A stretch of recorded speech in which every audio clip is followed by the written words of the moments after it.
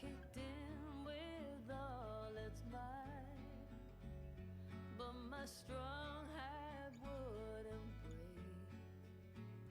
I got kicked around and broken down.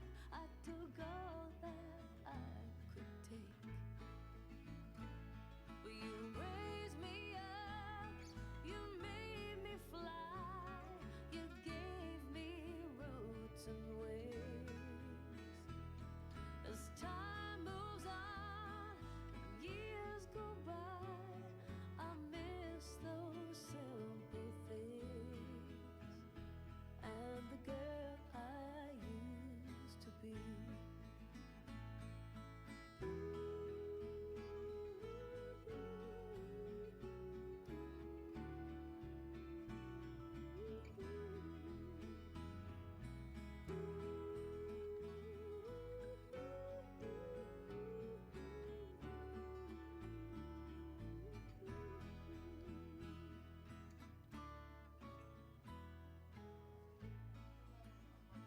Now I'm grown with a child of my own, and I hope to God on high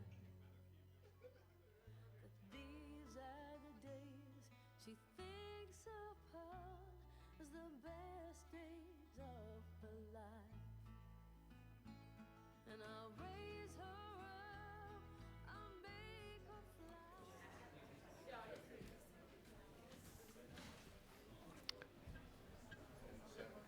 All right.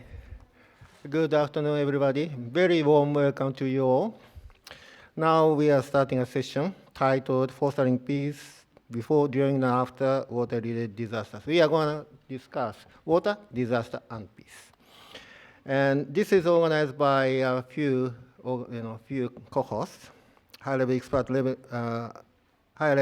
and leaders level on water and disaster help, Geneva Water Hub, Asian Development Bank, Sanitation and Water for All, and Government of Indonesia, and UN Center for Regional Development.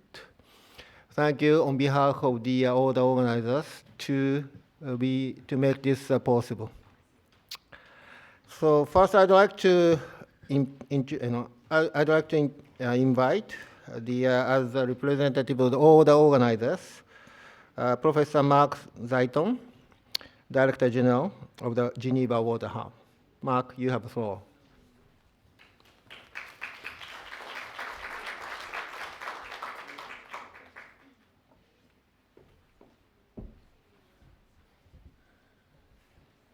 Professor Hiroki, distinguished guests, ladies and gentlemen, it's an honor for me as the Director General of the Geneva Water Hub, Center of Competence on Water for Peace, to welcome you all to this session. And as Professor Kenzo said, this meeting is the latest in a suite of very effective meetings, with the last one being held at the UN in New York in July, which was a follow-on from the one that was held at the Bali World Water Forum, and before that at the G20, also in Indonesia. And this is a really important set of meetings on a very significant topic. Because for what could have greater consequences for humanity than nurturing something beautiful like peace from something or events which are tragic like disasters? And the energy in these meetings comes from the innovation behind the Bandung Spirit call to actions. The call promotes 5 features: peace, climate change, and DRR, justice, finance, youth, and are, to my mind, a fresh, grounded, and bold initiative. Most notably, the Bandung Spirit call to action situates us solidly to be effective in the current fractured global order. The original 1950s spirit of Bandung and its 10 principles of peaceful coexistence were created for all those states who were not aligned with either of the 2 main poles of influence at the time. This is a sentiment that many people and many states have today, as leaders of some of the most powerful states either replace dialogue with war and or lose respect for the double standard which comes from touting international norms and laws selectively rather than universally. However, are the Bandung principles of 1950s relevant to water and water disasters? I think so. The call to action maintains the spirit of the Bandung Principles and updates it to the current challenges and levels of knowledge that we have today. Alongside wars, the big threat today, of course, is climate change, notably as it manifests in what we used to call natural disasters. Witness a great number of floods, droughts, hurricanes around the planet.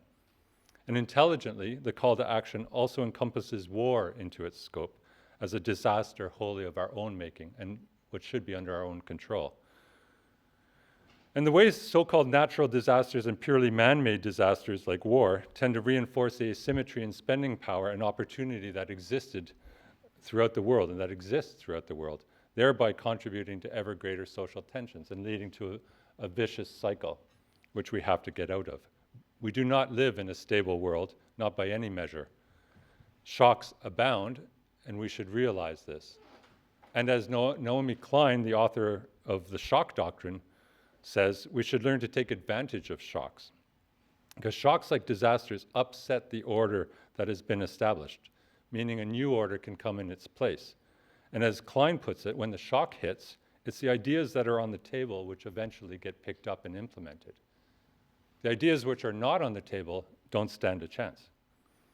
And a great example of this is the collapse of the Sardoba Dam on the Sir Darya at the 1st of May 2020, which initiated a joint effort, reconstruction effort between Uzbekistan and Kazakhstan at a time of quite heightened tensions and in the middle of a pandemic. And this example shows further just how much water transcends its practical utility as it weaves in cultural identities with history, political ambitions, and fosters emotional connections. My goodness, how far we've come from the Dublin Principles, which saw water only as an economic good, and only a few decades ago. So to my mind, and I invite you to challenge my opinion, the 5 pillars of the Bandung Spirit call to actions, peace, climate change, justice, youth, are very solid foundations supporting a great idea that should be on the table. And when the leaders of the G20 are called into action, as they were by the HELP panel on water and disasters, the idea is getting on the table, and it must now go out to the G77 and the UN and all the regional groups and all decision-making platforms globally. We have to seize the moment to initiate the change that we know needs to happen. So let's begin the work. But of course, the devil is in the detail, as they say. And fortunately, HELP has made it very easy for us and very efficient because we'll hear about each pillar from very distinguished panel that Professor Kenzo has put together. So ladies and gentlemen, our meeting today offers an important opportunity to nurture peace from disasters. Let's use this opportunity and give the principles and the spirit of the Bandung the full meaning they deserve in our turbulent era. I thank you for your attention.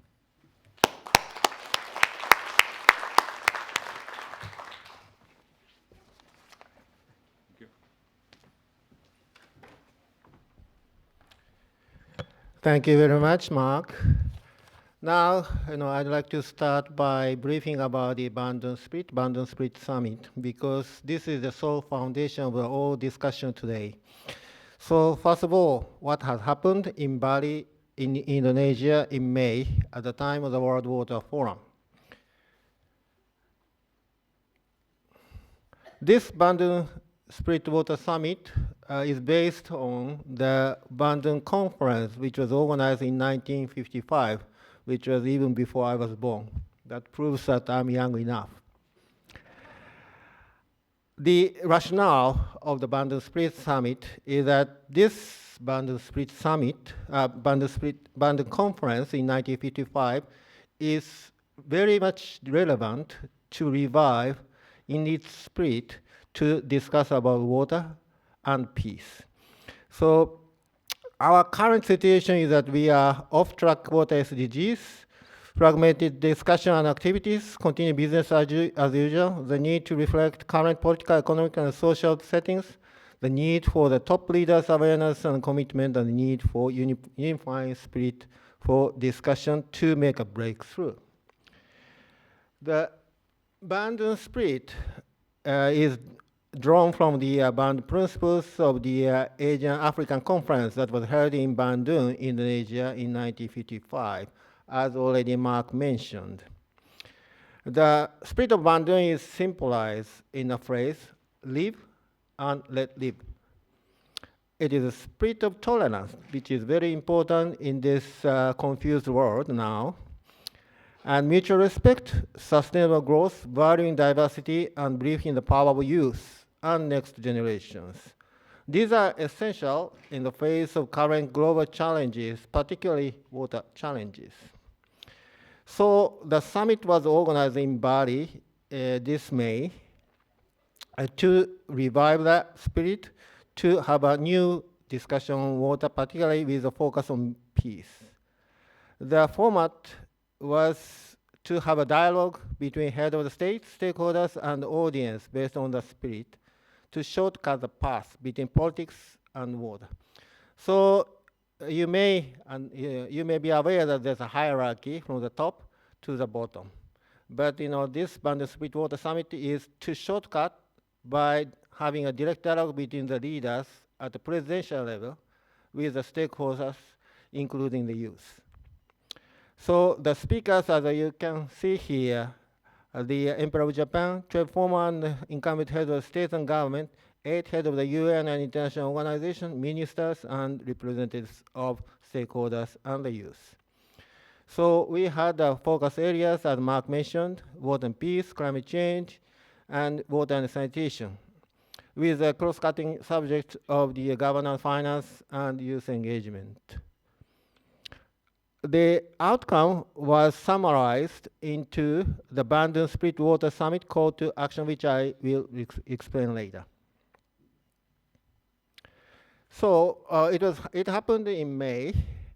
As you see here, we had a keynote speech by His Majesty the Emperor of Japan, and the former president and prime ministers of Belgium, Bhutan, Chile, Costa Rica, Czech, Korea, Hungary, Mali, Slovenia, Sri Lanka, Timor-Leste, and UN General Assembly. They all came in person. And also together with the president of ADB, Secretary General of WMO, UNESCO, ESCAP, China, Chinese minister, Indonesian minister, Senegal, and Japanese. So they had a very intensive discussion, like you see the names here. And the list of the international organizations. So let me jump into the outcomes. As stated in the Bandung call to actions. As Mark mentioned, there are five critical topics. First of all, overarching call is that human rights to water and sanitation must be fulfilled at all times. International humanitarian law must be respected in international and non-international armed conflicts. States must integrate gender into their laws, politics, and practices. These are overarching core. And for the subject on water and peace, the first recommendation by the leaders, by president and prime ministers attended the forum, is ban weaponizing water formally in the international community, that is the United Nations. Organize summits by heads of the states and government on transboundary water cooperation at all regions. Establish, where necessary, and strengthen legal and regulatory instruments on water cooperation mechanisms at global, regional, and national levels. These recommendations will be discussed by panelists later. Likewise, climate change and disaster risk reduction, mainstream water in the negotiation of UNFCCC, and adopt globally having human and economic loss by disasters as a post-Sendai target. Embed a mechanism in every country to support leaders' science-based decision-making for climate change, water, and disaster risk reduction. Establish a global center of excellence on water and climate change, a center for water and disaster risk reduction policy, global water information system, and World Lake Day. For sanitation and water for all, there are two main recommendations. Accelerate progress towards universal access to water and sanitation through leaders' explicit top prioritization of financing, governance, and transparency in the sector with focus on the marginalized and excluded. led by governments or stakeholders to identify joint actions to mobilize the necessary annual $114 billion, this is a figure of the World Bank, for achievement of water-related SDGs. Countries, IFI, international financial institutes, and donors to discuss ways to mobilize annual $114 billion in their summits and financial meetings. Finance and governance. To do that, we have to globally triple financial flow into all water sectors. Promote the 9 game changers proposed in the UN 2023 conference and support the UN 2030 strategy globally and in countries. Urge UN Secretary General to appoint special envoy for water. Support the envoy once appointment is made. The action of by and for the youth, which is very important and focused. Use the power of the youth in elevating the human right to water to the highest priority and taking immediate action to combat weaponization of water in the international community. Empower youth as long-term stakeholders. Utilize existing youth networks to innovate lasting solutions for water challenges with transparency and accountability at the forefront. Integrate youth in water governance processes, particularly at transboundary watersheds, to ensure global connectivity transcending borders and ideologies. That's what they have discussed and agreed among the members, among the President and Prime Ministers. Now, having explained about that, before asking to you questions and comment, I'd like to invite all the panelists here. So, panelists, would you please come to the podium?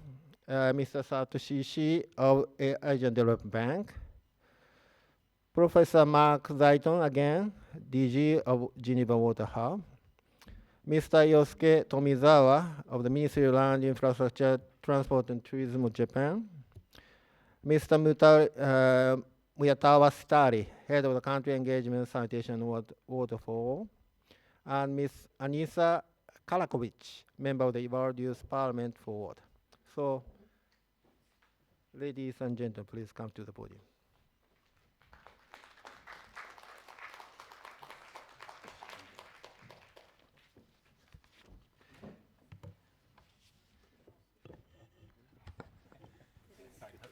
Maybe the longest people back. Yeah, that's Yes. Cramp each other, I think. So, yep. This You one? need, yeah. One more. Yes. Yes. You have chairs? Yeah. Oh, in the middle, right? Yeah.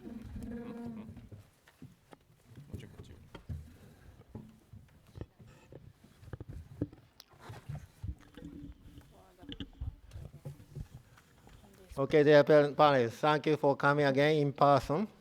And also thank you again to all the participants in person, but also through video. These are televised through Zoom.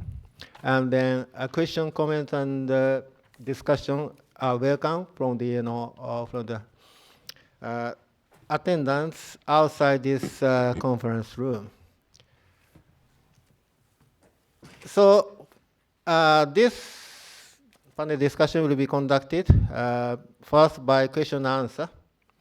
I will ask some questions and I'll ask you to answer the question, but also I'll ask the audience here to ask questions to the panelists and also give the comments. That is how it happens. First question.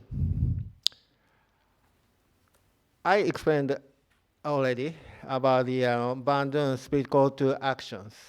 And then many of you have been already to Bali and then joined the discussion. But if you have any comments, reflections, opinions on this Bandung split call to action, I want to hear from you.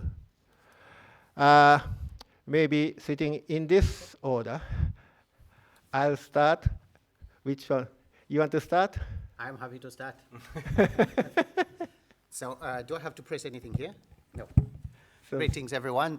Thank you so much, Kenzo Sensei, for this session and also for the collaboration in the run-up to the Bandung Spirit Water Summit and in the activities after that. I think the highlight for us at Sanitation and Water for All is not just the contents of the Bandung Spirit call to action, which I think are very timely, but it's also the expression and the fact that it brought leaders to the table.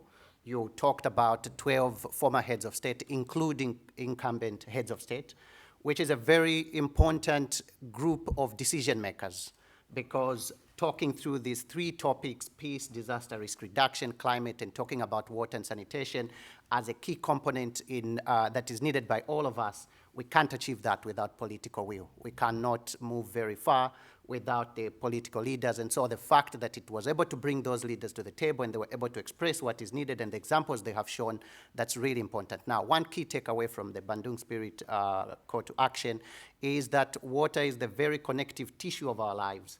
And it is very important for almost everything that we do. And we talk about this all the time, but how do we bring the data? How do we bring the decision makers? How do we bring the financing to make sure that this is achieved in now just about 5 years before we get to 2030? Thank you so much. Thank you very much. Yosuke-san, Yes. you've been in the climate change discussion, so maybe you may want to touch upon it. Yeah. But unfortunately, I could not join the Bandung summit. But I'd like to highlight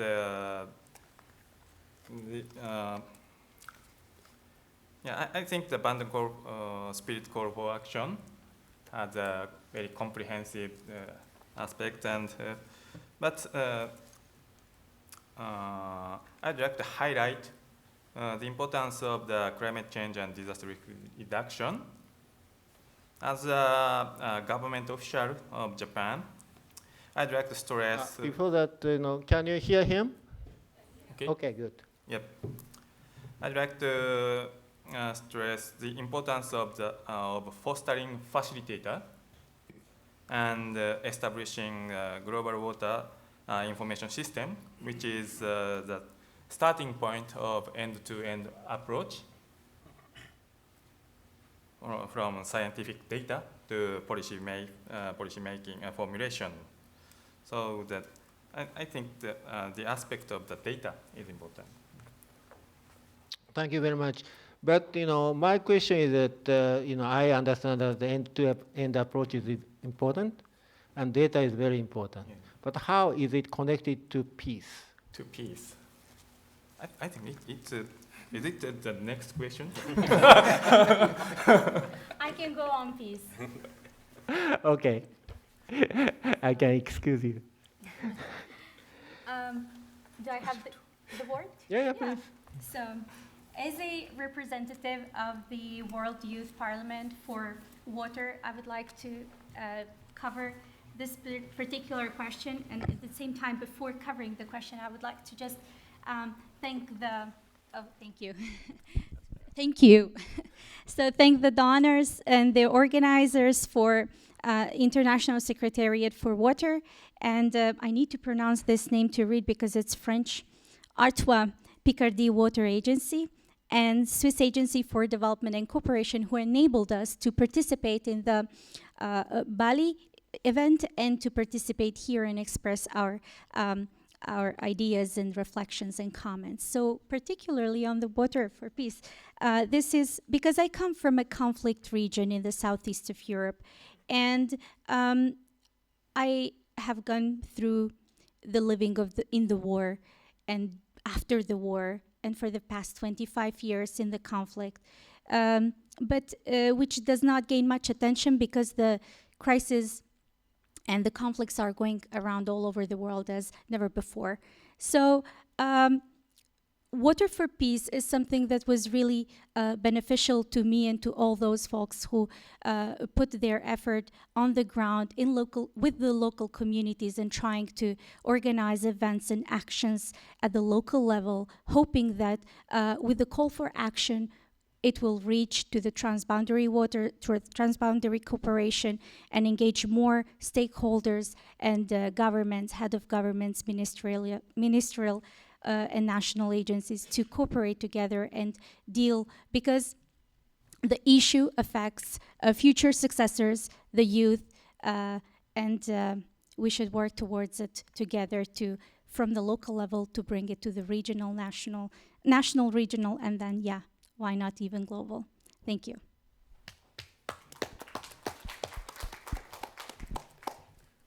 Satoshi-san. The same question. Yes, thank you very much. My name is Satoshi. I'm from ADB, Asian Development Bank. First of all, we are really honored to co-host the Abandon Spirit of Water Summit with the government of Indonesia in Bali. Apparently, ADB as a regional bank, covering Asia and the Pacific, having the World Water Forum in Indonesia is a really big things for us. It's our client country, and then the message that we like to convey to the Asian Pacific region as well as globally is really important. So our president was invited and then also gave a speech, and our vice president was closing. So it was really, the group made a great momentum in ADB. The reflection is really that it was really timely. Of course, everyone understands the importance of those, strong government support and the will, and that's really the basis, for the MDB operation as well. But then it's really timely because of course we have been increasingly having this global water forum, the UN water conference, the next water conference, how we're going to position abundant spirit of water to continue, making or maintaining this momentum. As far as ADV is concerned, we just actually had the so-called capital adequacy framework, which is meaning that we are actually increasing our lending capacity from around 26 billion US dollar every year to the 36 billion, while maintaining our sustainable level of lending. And then we also had in the same month of May, we also had the ADF, Asia Development Fund, which was a contribution from our member country for concessional resources. We successfully raised 5 billion US dollar. That is, many of them are actually going into this climate change, and then also, water sanitation and disaster risk and so on. So this is really created a big momentum in ADB. So that's really great. Maybe the last things I want to mention is about the youth engagement as well. And ADB has been promoting a lot about the inclusivity, and that really have gender inclusiveness, and then also elderly vulnerabilities. Maybe I have to say, humbly, that we didn't really pay too much attention to the youth engagement, but then this abundant spirit really brought that up, to the highest level. So we are also trying to respond, by having the youth engagement strategy. Now I've been discussing within my team. Hopefully we can announce something, the later this year. Thank you. Thank you, Kenzo-san. There's a lot that I like in the Bandung Spirit call to actions. I'll just dwell on the one component I love the most in the peace pillar is the call to ban the weaponization of water. It's quite a bold statement, but I think it's a very beautiful initiative. I mean, honestly, with every shower I take in the morning, I think of all the people in Gaza, Ukraine, Ethiopia, Sudan, who have been denied the same basic privilege as I have for no reason of their own, because warlords are making war and doing their own thing. And we know, we say water is life, but when water is denied or when water systems are damaged, then disease spreads very predictably, like a tsunami. And water is not so much life anymore, it's a burden, it's a misery. And if we don't speak out against these atrocities, then we risk that water becomes normalized. Water will just become another arsenal in war. It will be absolutely fine to deny people water or to damage water systems. And so any initiative that speaks out against that at this moment in time, I think, is extremely well suited and will benefit lots of people, not just in Gaza and Ukraine and elsewhere, but the generations of these people who are going to be suffering through future people's wars. And this is another reason why the Geneva Water Hub, along with Switzerland and Slovenia, is creating the Global Alliance for the Protection of Water in Armed Conflict. and which I'll talk a lot more about tomorrow and the day after if you want to find out more also during the question and answer period.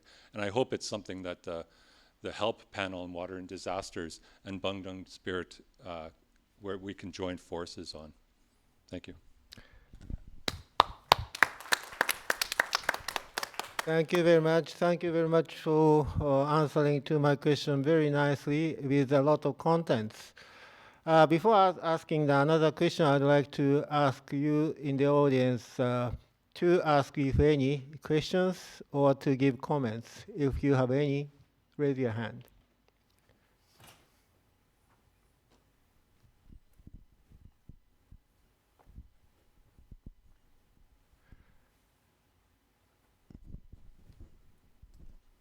Okay. All right, you're here. Over there.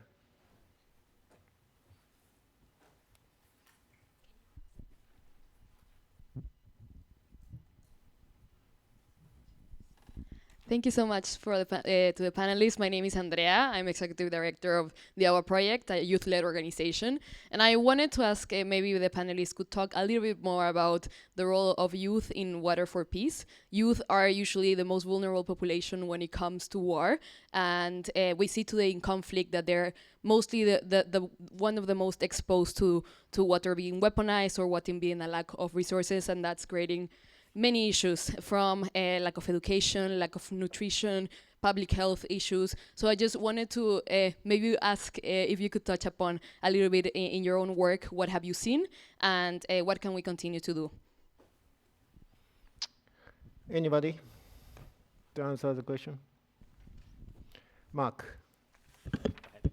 Yeah, with pleasure. That's an extremely good question because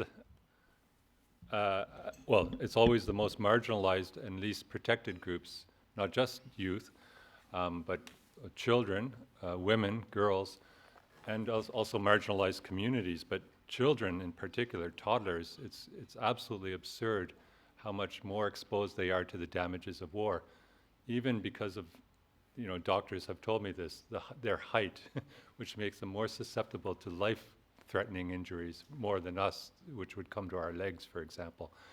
And of course, they don't have the immunity to combat any sort of waterborne disease, which comes so predictably every time water and sewage mix. And so there cannot be too much emphasis on the impact of youth. I mean, most civilians are completely innocent, but the youth are, children are even more innocent than the adults somehow. And so I think deserve special attention. I think we should absolutely draw attention to protecting children first when from the devastating predictable impacts of war on water systems. Thanks. Anissa?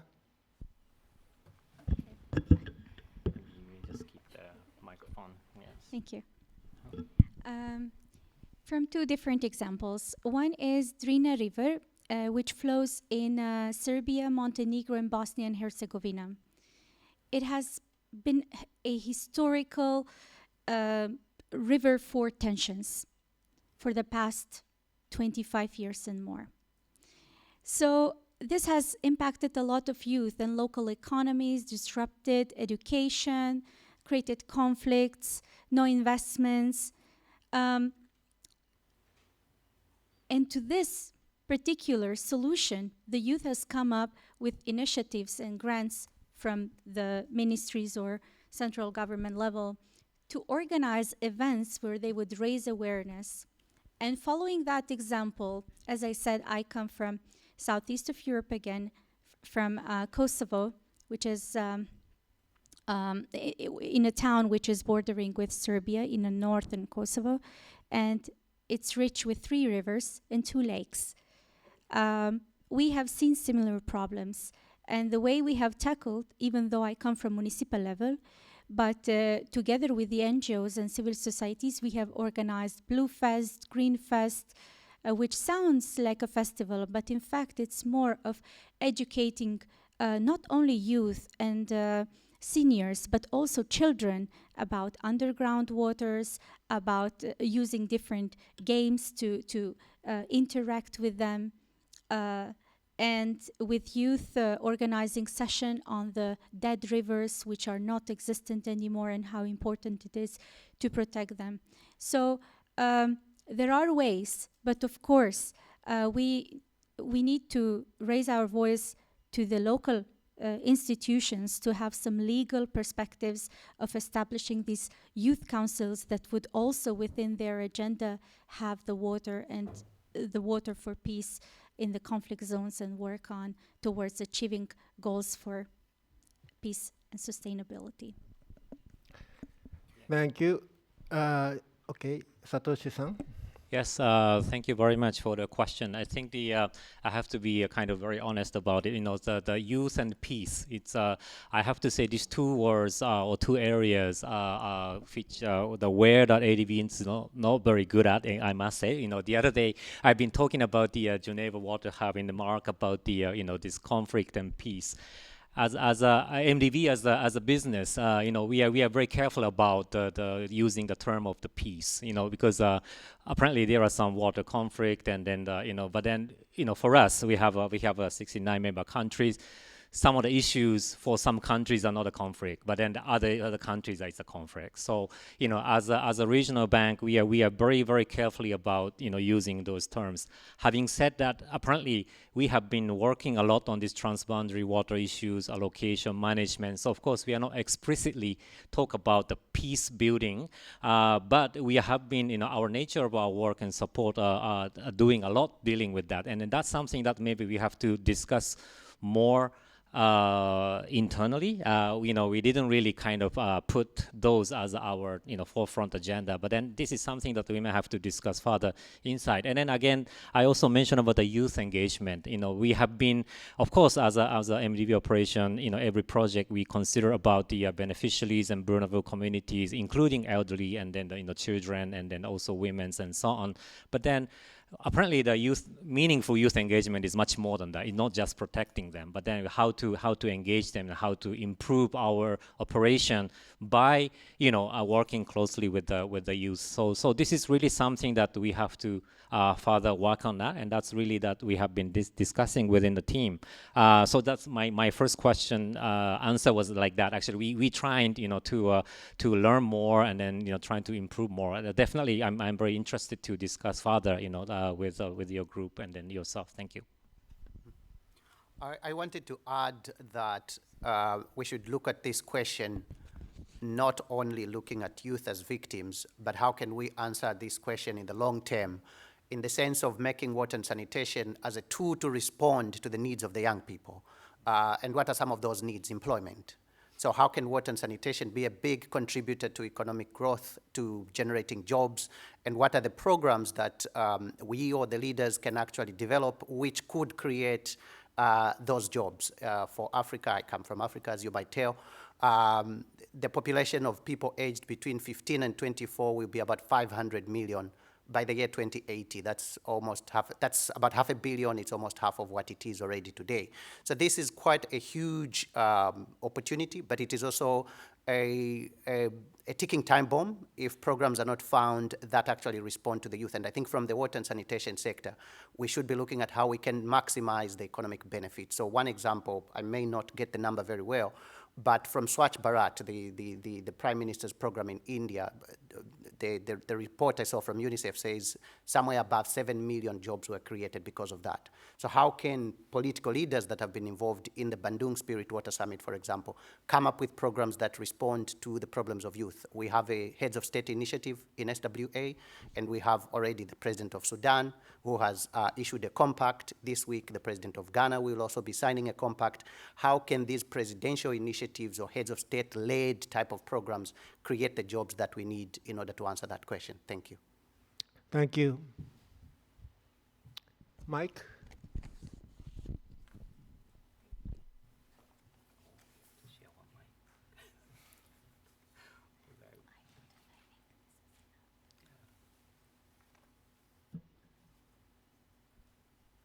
Hello, my name is Sarah Hess. I'm from the UN's Economic and Social Commission for Western Asia, based in Beirut, Lebanon. I had a question. So your first point there is about banning weaponizing water formally in the international community. From what I understand, preventing civilian access to essential services is already a violation of international humanitarian law, and that includes preventing access to water, which is what we see quite clearly in the case of Gaza, even prior to the current conflict, as a result of the Israeli occupation. So I think it's really a struggle to enforce the existing legal structures, and I'm wondering what your take is on that. So even if we do formally ban weaponizing water, and there are already existing international humanitarian laws preventing weaponizing water in a conflict scenario, how do we actually enforce this? Thanks. Anybody? I'll take the question because I was a proponent for the banning of the weaponization of water. Thank you for the question. It's the most apposite question you can ask at this moment when so many people are being denied water, and in clear violations of international humanitarian law. Now, we live in a time when international norms are not fashionable. I mean, this is not like it was 10 or 20 years ago. There was more of a collective spirit, and it looked like the world could come together a lot more, a lot better, and a lot more collectively. And rules, international norms like IHL or international water law, might have regulated the world a little bit better, or to the extent that many of us in this room would like. But clearly they're being floundered at so many different levels, and there's no enforcement of those rules whatsoever. There's even very little or no enforcement of the UN Security Council resolutions. Does that mean we give up? We don't try because it can't be enforced? I mean, if you think about the banning of the use of landmines, that once seemed like a pipe dream. And I know people, armies and militaries are still laying landmines, but there's a lot less use of landmines, a lot less construction of landmines. And that ban has, without perfection, helped save how many people from these devastating injuries that mines could lay. Could be the same with water and ending the weaponization of water. So it's not, a ban, in whichever format it might take, is not just a legal process. It would involve getting the whole world to not accept this, to build a norm that it's not okay to use water. I mean, one of the bylines that we're beginning to develop is that just like schools or hospitals, water should be protected from all wars. Whether the lawyers in the International Law Commission or at the ICRC agree with it in those words or not doesn't matter. But if everyone in the world says that it's not acceptable, then perhaps there will be less use of water as a weapon. I don't think that's any good for all the people who are suffering now, and it might not be good for anybody who is likely to suffer in the future, but at one level, it's all that we can do, so it behooves us to do this. And at another level, it might actually work in ways that we will actually never predict. We won't be able to mark as indicators on our log frames, but after which I think we can sleep well at night. Thanks again for the question. Okay.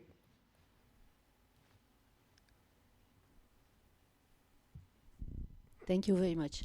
My name is Caroline Chiger, and I'm working as a consultant, especially in Western Africa. And I would like to share you something about the economics. I remember a young guy working in Tombouctou in northern Mali, and he told me the following story. He used to run a cyber cafe, and then he earned about 10,000 CFA a day, which is not much, but he could make a living out of it. And then at one day, he get the visit of a guy who proposed him to convey a truck full with weapon from Mali to Libya. And he was proposed to get 1 million CFA to do the job. So just to give you the scale where we are dealing with, when we are saying, okay, we find job for the youth, that's fine, but we have to keep in mind that the power at the other side from the trafficking industry is so high that it's very difficult. And what we see in the world, there is a lot of things saying, oh, let's give them a job in agriculture. I mean, youth is willing to work, but not always in the sector that we think they should work in. So it is important to realize the scale of these problems. I mean, water and peace, how do you compete economically with water and war? How it is bringing? And I'm not saying that they are all willing to do so, but it's it's a high temptation, I would say, to follow that path. So we have to be very strong in what we offer to them and mostly listening to what they are looking for. So that is what I was willing to show, how it is important to think about that. So trafficking may be also a way to think about for the future. Thank you. This is no question, but if you have any comments. Fitari, no. No, I can't agree with you more. I think it's a delicate balance in terms of the choices that have to be made. But I think that the fact that a young person can choose whether to work in agriculture or in the water and sanitation sector, it's a fact of life. It doesn't mean that we have to stop maximizing the opportunities that can be availed from the water and sanitation sector. So I think let's maximize what we can put out there in terms of opportunities from the water and sanitation sector. And in fact, everybody having water and sanitation is a good thing in its own right? And if it also creates jobs as a byproduct of that, I think that's another added benefit. I think what we've not done is really to maximize what those opportunities are at every point of the value chain, and then offering them as opportunities. And I think it's a connection to several other issues, trade schools that then can help young people to be trained in services that are needed for water and sanitation, plumbing, et cetera, et cetera. So the ecosystem is large in terms of what opportunities can exist, and the choices equally are expansive. Thank you. The back, the gentleman in the back, and then you later. And after you, I'll continue to the next question.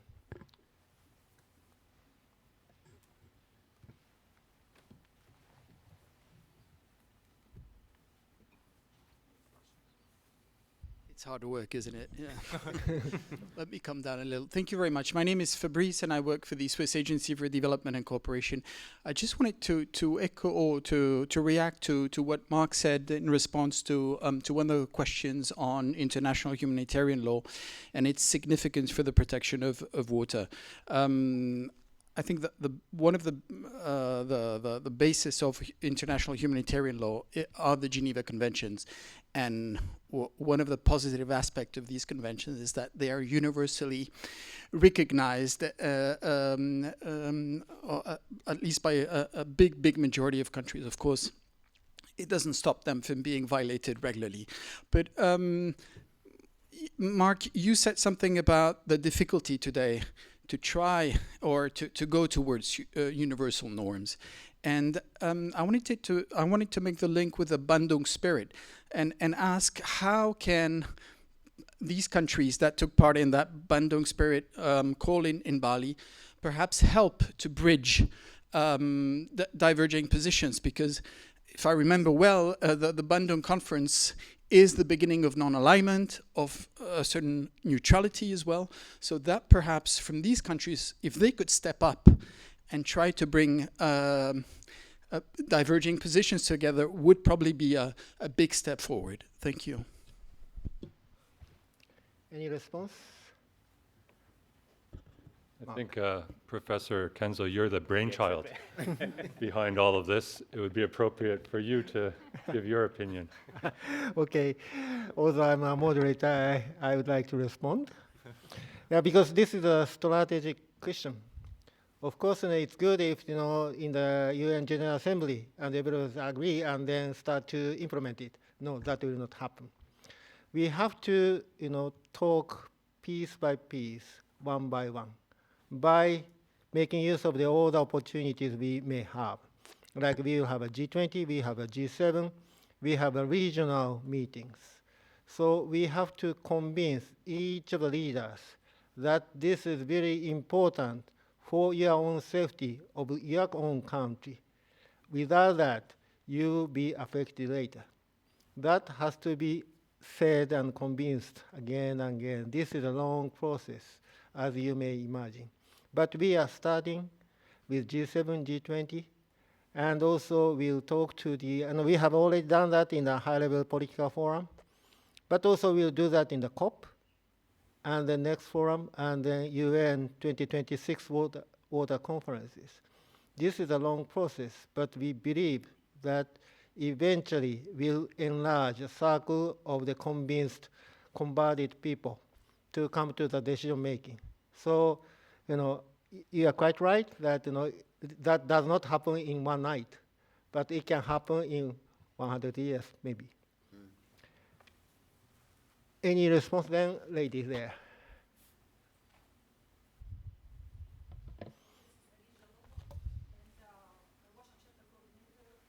Mike? Should work.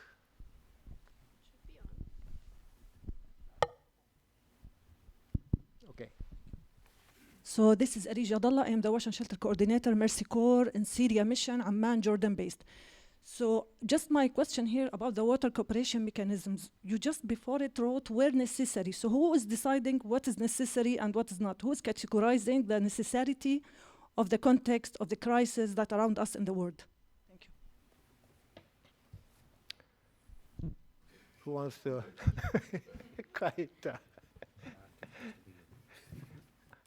speak up? Mark? I didn't write these words. That it's always a great question. Who decides who in this? I mean, to answer your question directly, I can't because I don't actually know the answer. But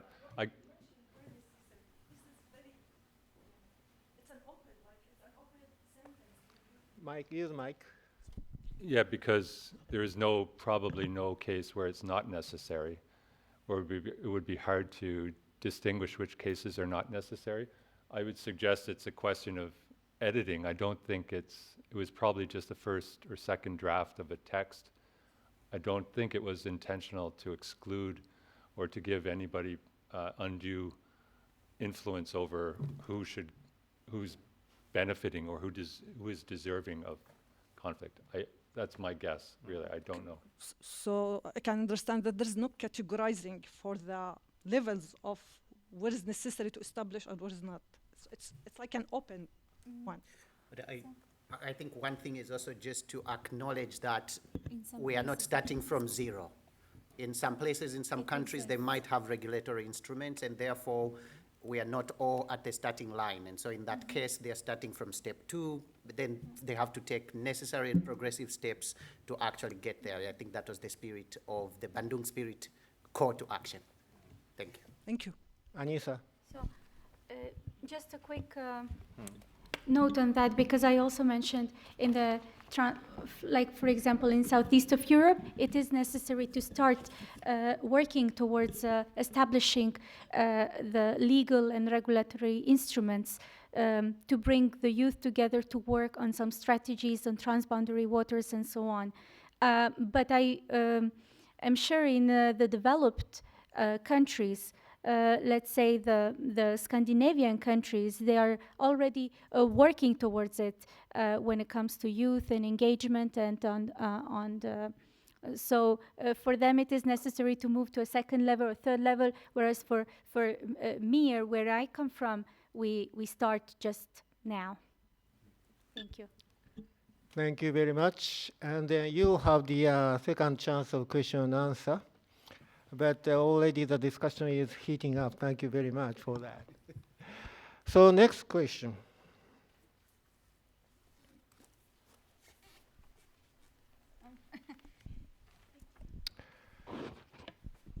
Positioning peace in discussion on water and disaster risk reduction. So we are discussing water, disaster risk reduction, and peace. Then what impact can we give to the world if we put peace in the center of our water discussion and disaster discussion? What's the impact?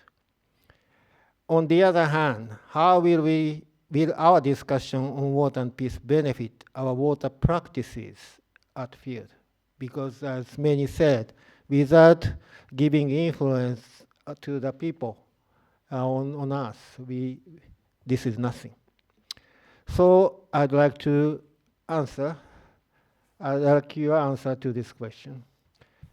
Who will start? From this way, I can start again. Thank you. I think this is a big question, and I wanted to start from, given that we had a lot of political leaders in the Bandung Spirit Water Summit, what is it that, in sanitation and water for all, and those of you that are partners of SWA, you would know that we work a lot at political prioritization. So what do we hear the most from politicians? And you'll be surprised that these are the same things that you and I care for. They're looking for speed. How can they get water and sanitation quickly to people? They're looking for scale. How can they get water and sanitation to people fast, but to a lot more people? How can they get the volumes out there? And they're looking for sustainability. How can these services that they deliver fast to a lot of people last long? Those are things that we all care for. All these three things cannot be achieved in an environment of conflict. You cannot get sustainability, you cannot get scale, you cannot get speed. So peace really enables us to achieve those three goals that you and I care for and that the political leaders care for. And I think one thing I want to end with is just to go back to the point you mentioned when you were doing a recap of the Bandung Spirit Water Summit, the point which says, live and let live. Without peace, we won't live, we won't let live. So I think it's really the starting point. And when we talk about water and sanitation being a connective tissue, it starts from that point that peace is crucial there. Finally, Fabrice had asked a question, which I think he was asking, how can we get the governments of the South that were in Bandung to really do something about this call to action? One suggestion I want to make is, I think they will be celebrating the 75 years of Bandung, is it next year? Is there a way to take water and sanitation into that conversation so that it's not just about a celebration about the conference, but it's also a celebration about these actual codes, the items in the call to action so that they could do something about it? Thank you. Thank you very much. Actually, we are discussing with the Indonesian government to put water discussion in the next year in the Bandung 70-year anniversary conference of Bandung. Thank you for reminding me of saying that. Yosuke-san. Yes. Yep. Fortunately, Japan has been in long-term peace from the end of World War II, about 75 years. Yep. Thank you. And for Japanese people, the peace is very usual thing, and they feel no peace or peace breaking time is only during the period of disaster. So the peace is very basic of everything, and disaster risk reduction is also the basic of peace for many of Japanese people. So I'd like to stress that the importance of disaster risk reduction is almost same as the peace meaning of the peace. That's all.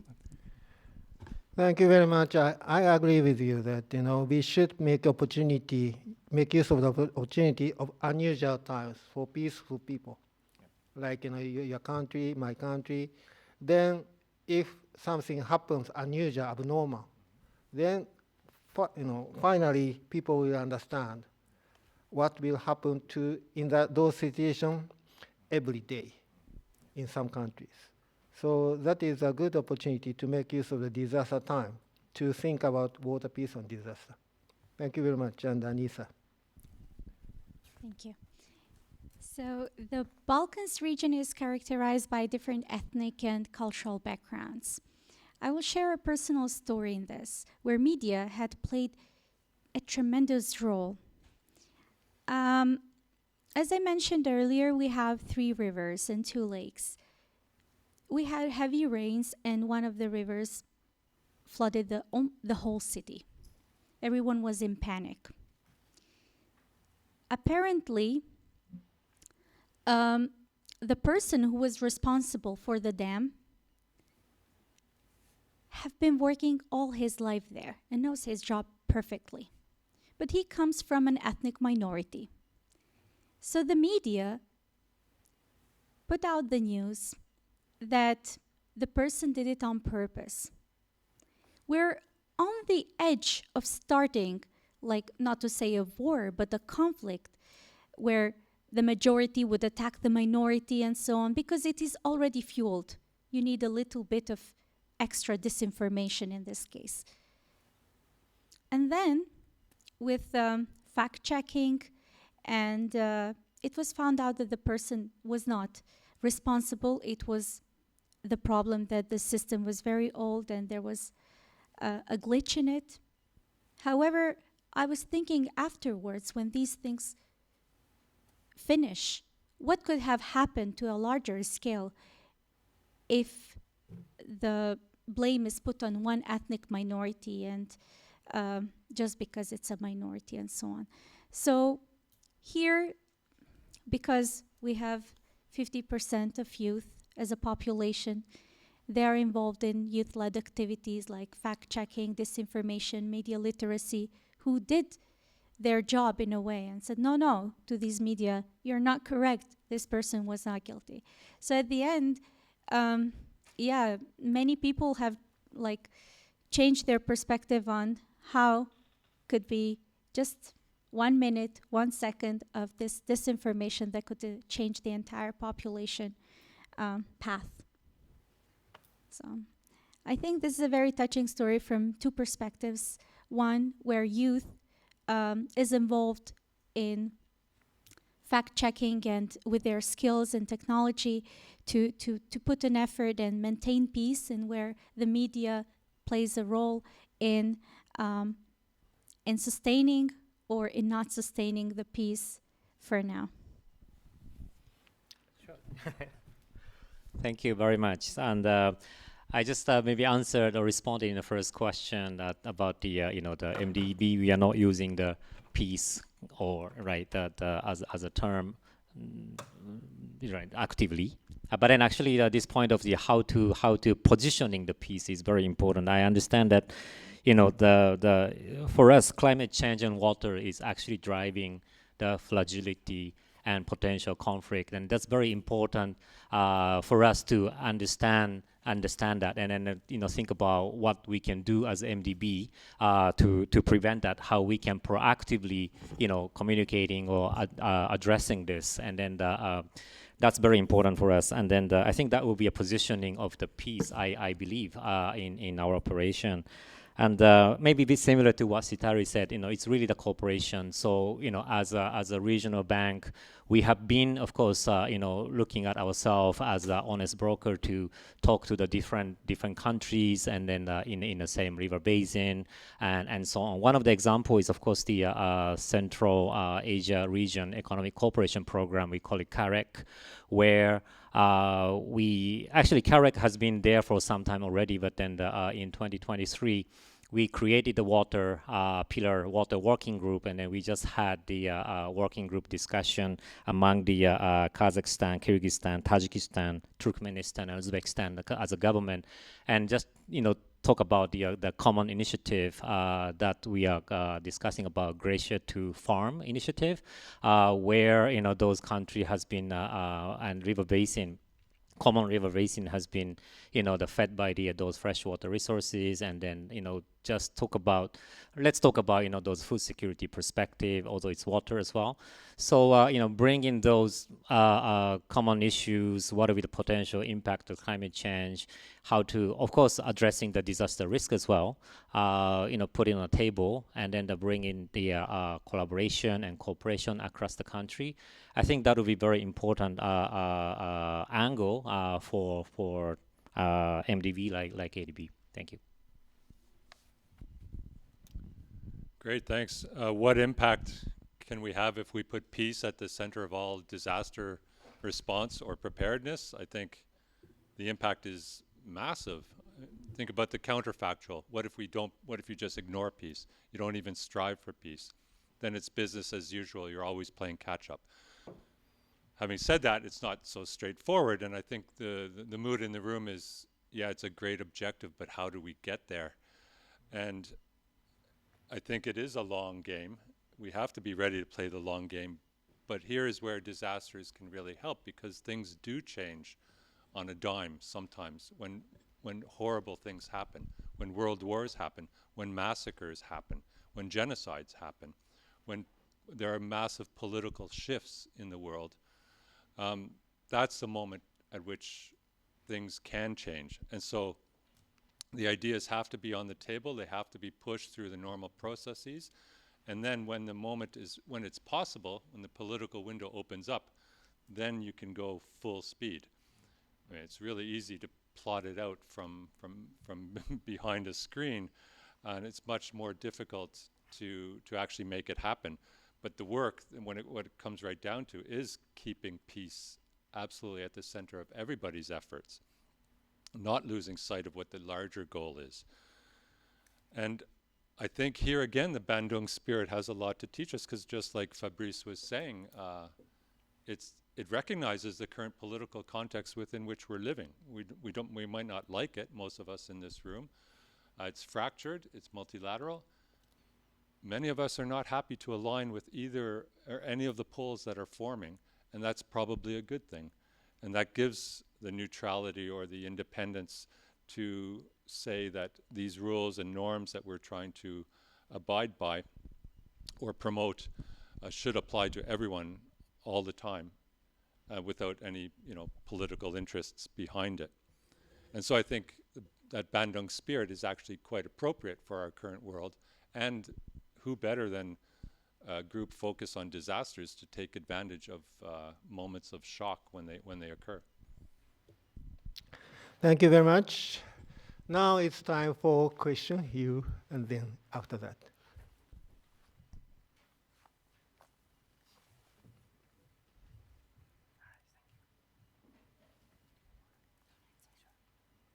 Thank you. My name is Alexander from Antea Group. As you just mentioned, Mark, I think it's understandable that to put something like this in a time as we live in right now, put peace in the center of this discussion. But are there any inherent risks related to this? By putting peace in this discussion, would it have an effect on how we think about or deal with these different topics that are important topics in their own right as well?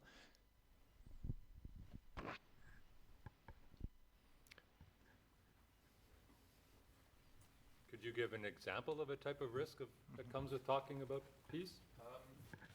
What's the concern? Let's say Mike.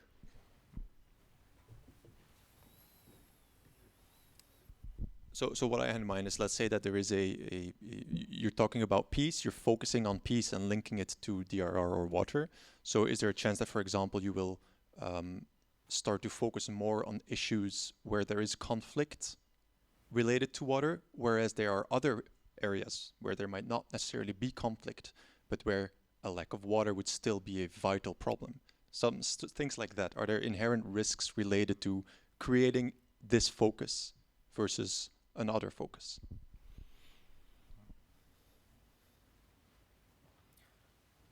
So I think it's good that you asked for clarification. I think that example you've given really puts the finger on what the issue is. And as you were explaining, I was thinking, well, in 2015, we agreed to the SDGs, and the SDGs talk about leave no one behind. So it is a very difficult choice because resources are limited, and there isn't one organization which can deal with it all. But I think as a community in water and sanitation, we should reach out to those working in peace, and we can really identify areas where we can make the most results. But I think that not to do anything at all is not one of the best choices, because at that moment then we will be leaving some behind. The Sanitation and Water for All, a partnership of more than 430 organizations, and nearly 90 of those are governments. We've just done an analysis, and about half of those governments or rather countries, are in some form or shape dealing with some kind of fragility, dealing with some kind of DRR or climate issues. So there's no way we cannot deal with the issue, because the context in most of the countries just demands that we need to bring the political leaders to be aware about this and to find a way to deal with it. But choices are hard, resources are limited. I think that not to do something is perhaps a bigger risk than picking to do something carefully. Thank you so much. Sato-san.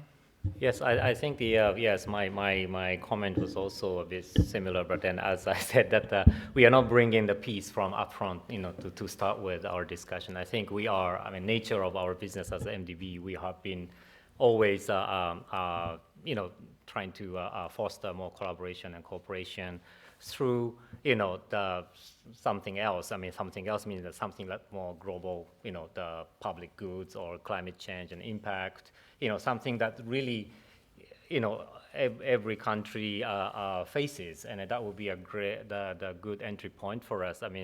That's maybe the reason why that we are really talking less, in terms of peace building. We are not the organization to foster the peace building as MDBs. We have been using the financial instrument and the modality to, make sure that there will be a stronger collaboration and partnership to overcome those problems. Yeah. Thanks, and great question, Alexander. And I'll pick up on what Satoshi was saying. I think right now in our mind we're thinking about peace. We're thinking about what's happening in Gaza and Ukraine, and rightfully so. But there's a whole other way of looking at peace, and I think we should keep that in mind. It's the positive peace that Lederach and Galtung and others conceived of, where it's people don't just have lack of violence, but have the conditions upon which within which they can thrive, which is another way of saying development, or development as freedom, Amartya Sen, that kind of thinking. If we think of peace in that way, and I think we should, then if children are not getting water, then they're not at peace. That's extreme violence. It's structural violence. There's reasons why some kids in this world don't have water, even if they're not living in a war situation, and they deserve as much attention as everyone else. And I think peace, conceptually, in that sense, can be and should be the goal, a positive peace. And we need a lot more resources, because we do have to select resources, unfortunately. But that's the challenge. Thank you. If I may add to your question, the chapter number 1 of the United Nations, the organization of the UN is about peace. So if we ask water to the UN, the leaders will say, forget about it. It's not important. But we tell them that this is peace. Then everybody will listen to it within the UN. That is a way to put firmly water into their discussion. That is one. But also, peace is not just is not about war. Peace is regional stability, community stability, culture. From the hundreds and thousands of years ago, there have been a fight over water. We are dealing with not only the big conflict, which is imagined as a peace thing, but we are also talking about a kind of discussion between neighbors. That is what we have to discuss: peace and water. Probably you have other answers, but this is my answer to your question. Yes, please. Yeah. Thank you. My name is Sundus. I'm working at IHE Delft and supporting the Water Peace and Security Project as well. My question is a little bit related to conflict, sorry.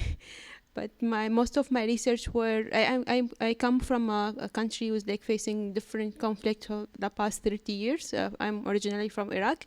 So I did a research on when we talk about disaster risk reduction, I did a research on resilience, system resilience. So most of when we talk about international humanitarian law, most of when you read it, you see it's more about infrastructure, like protecting infrastructure and like, but what about the social part of the system? Like any kind of system, you have like this fancy infrastructure, but like you cannot implement it, you cannot work in it, like you cannot operate it without like the social part of the system. So if we kind of phrase this, like part of the question here is like how we will discuss, like how will discussion on water and peace can support or help the social part of the system, which is I consider in my research as a local knowledge that is well needed if we want to have a disaster risk reduction after any kind of conflict, is armed conflict or even like a natural disaster. So like more or less my question is like how we can support and like encourage the youth to have like this local knowledge, inherit this local knowledge from like this, like in Iraq we like everyone is like name them as the seniors, but like the seniors that sometimes had been forgotten because they consider as like old way of this, like thinking, but from my perspective they are like the core of resilience of any kind in any country in any kind of conflict or any disaster. Thank you. Thank you. Anybody? Maybe Satoshi-san. ADB has been engaged in the recovery from the post-conflict recovery, and the water is a very important part of it.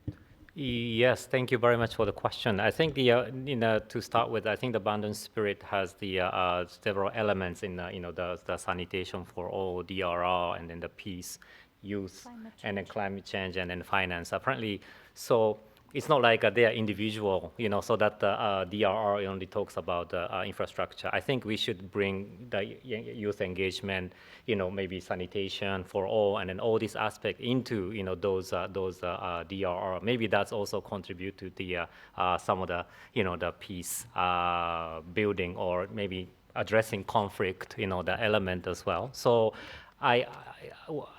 how I see the abundant spirit is not like, just that having individual pillars, but then those pillars are really connected to each other.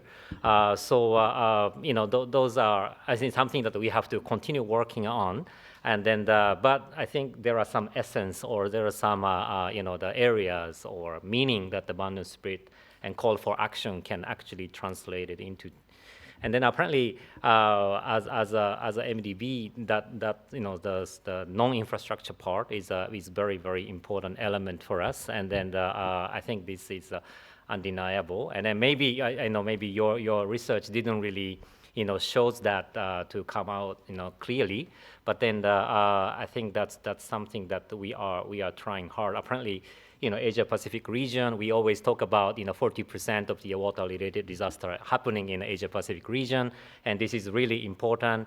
Maybe not, Iraq or your area, but when it comes to the Pacific Islands for us, I think that we are in a very similar situation. So, of course, the infrastructure solution alone wouldn't really yield anything. We have to really come together with those hard and soft infrastructure.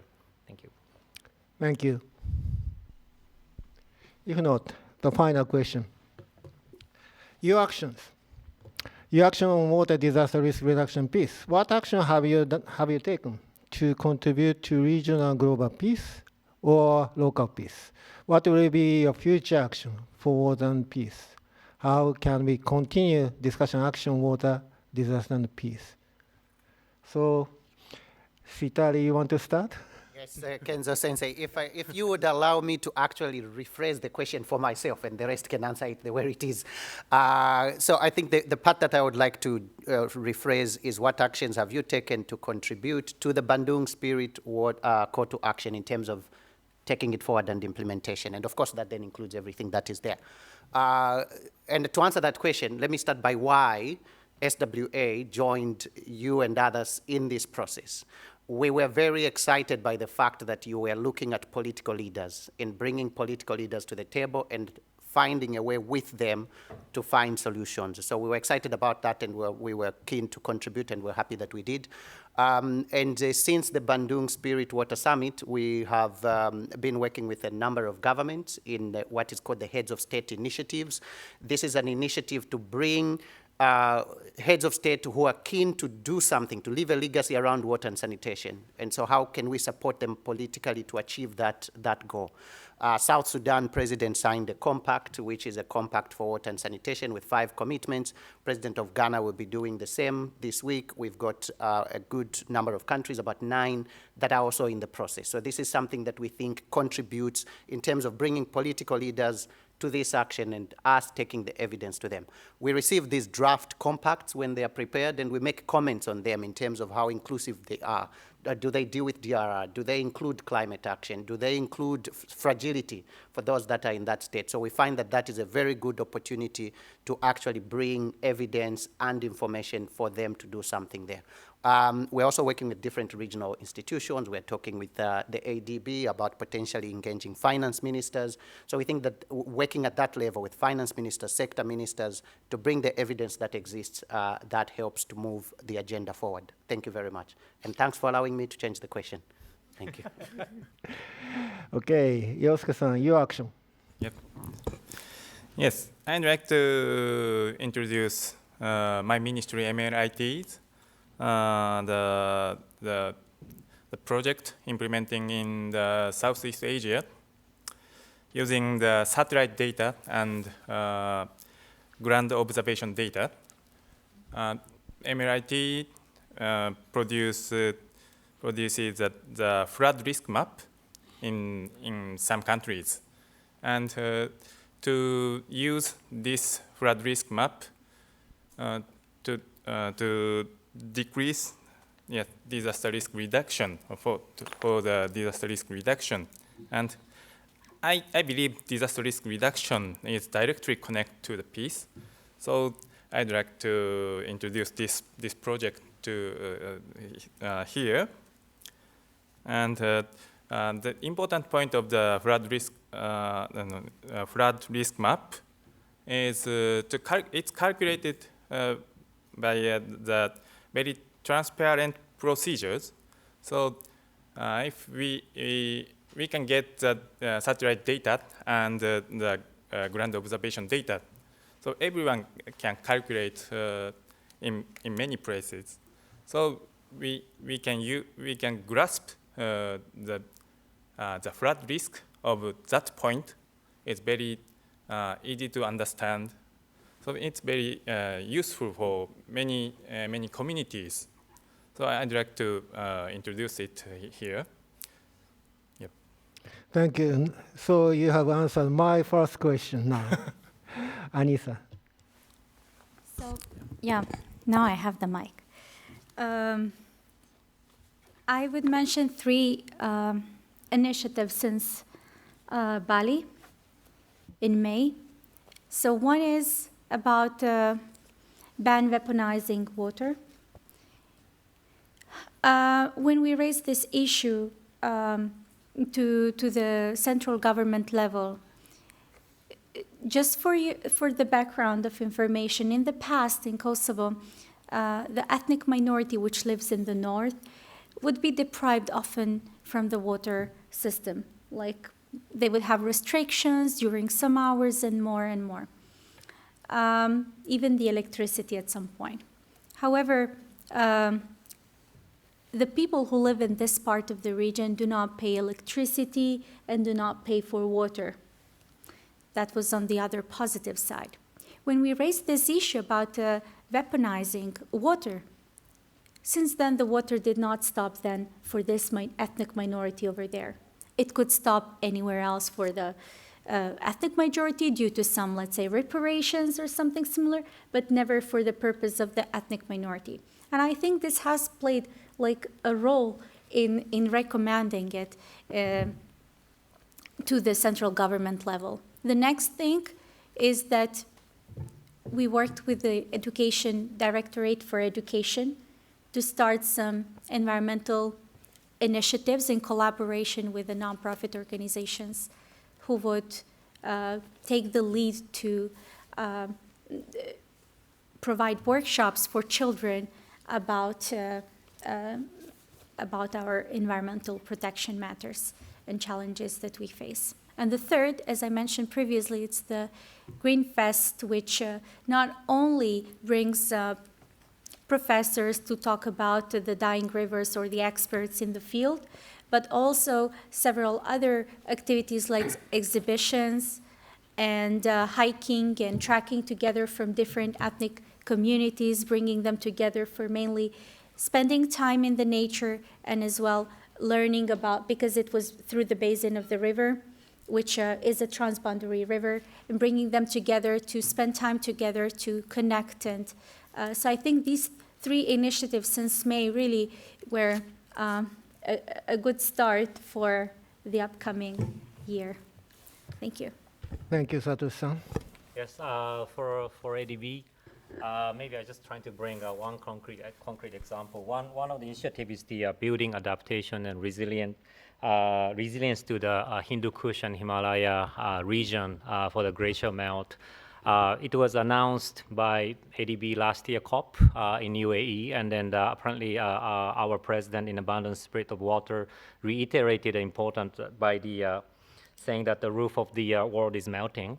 And we look at this issue, not only Bhutan and the Nepal issue, it's actually, there are 10 international river basins has been, fed by those glacier, and then actually 2 billion people has been relying on those, those water.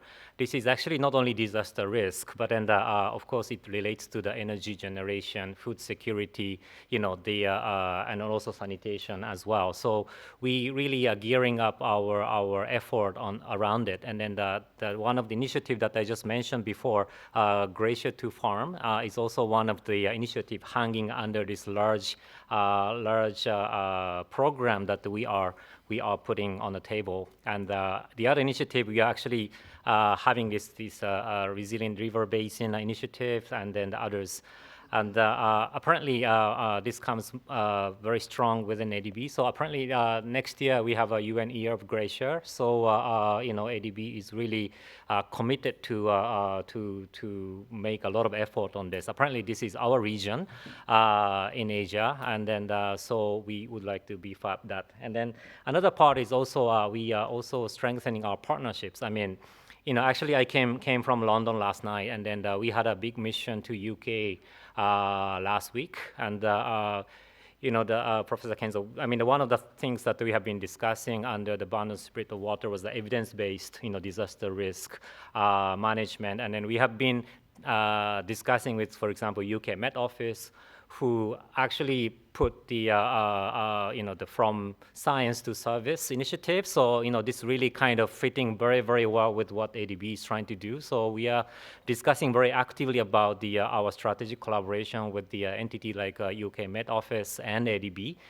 in terms of how to bring those data analysis into actual action, and then also the policy in our client countries. I stop here. Thank you. And from the Geneva Water Hub perspective, I say with all humility, no arrogance whatsoever, because I don't think we're actually directly contributing to regional or global peace, but I think with the support of Switzerland and Slovenia in particular, we are making a bold move in creating this global alliance to spare water from armed conflict, which was launched at the Protection of Civilians Week in New York last May. And its mission is to better protect water and the civilians who access water during times of armed conflict. That lays the seeds for peace because it maintains, in promoting the principles of international humanitarian law and humanism, it maintains that sense of humanity amongst parties that are even ready to kill themselves. Because ultimately, sooner or later, the sides have to start talking. And very soon after they start talking, or even as an initiator to talking, they have to talk about how they're going to share water resources again, whether they like it or not. And that dialogue can be built upon. So it's all one song in a way. Protecting water during armed conflict is the right thing to do, first of all, but it's also can lay the seeds upon which a peaceful resolution of the conflict may be possible. Thank you very much. And then, sorry, the time is almost up, so it's time for me to wrap up. But instead of wrapping up, just let me mention one thing about youth and the role youth can play. In the discussion of the Bandung Spirit Water Summit in May in Bali, there was, we invited as key speakers 2 youth, one from Syria and one from Palestine. Those 2 ladies spoke their plights in their situations, and then they were responded by a former president of Chile.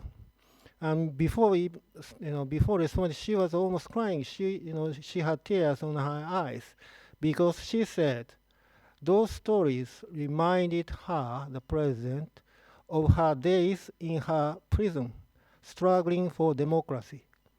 So I realized that youth has a power to be emotional, and youth has a power to make people emotional. This is a great power to change the situation, the business as usual, to the situation in which we think better for water people, like the changing the water situation in those conflict countries. So we have heard that the actions of the speakers, and I hope that their actions talks will inspire your actions in the future for water disaster peace. With these words, I thank all of you, the panelists, and particularly the audience. Thank you very much, and session is finished.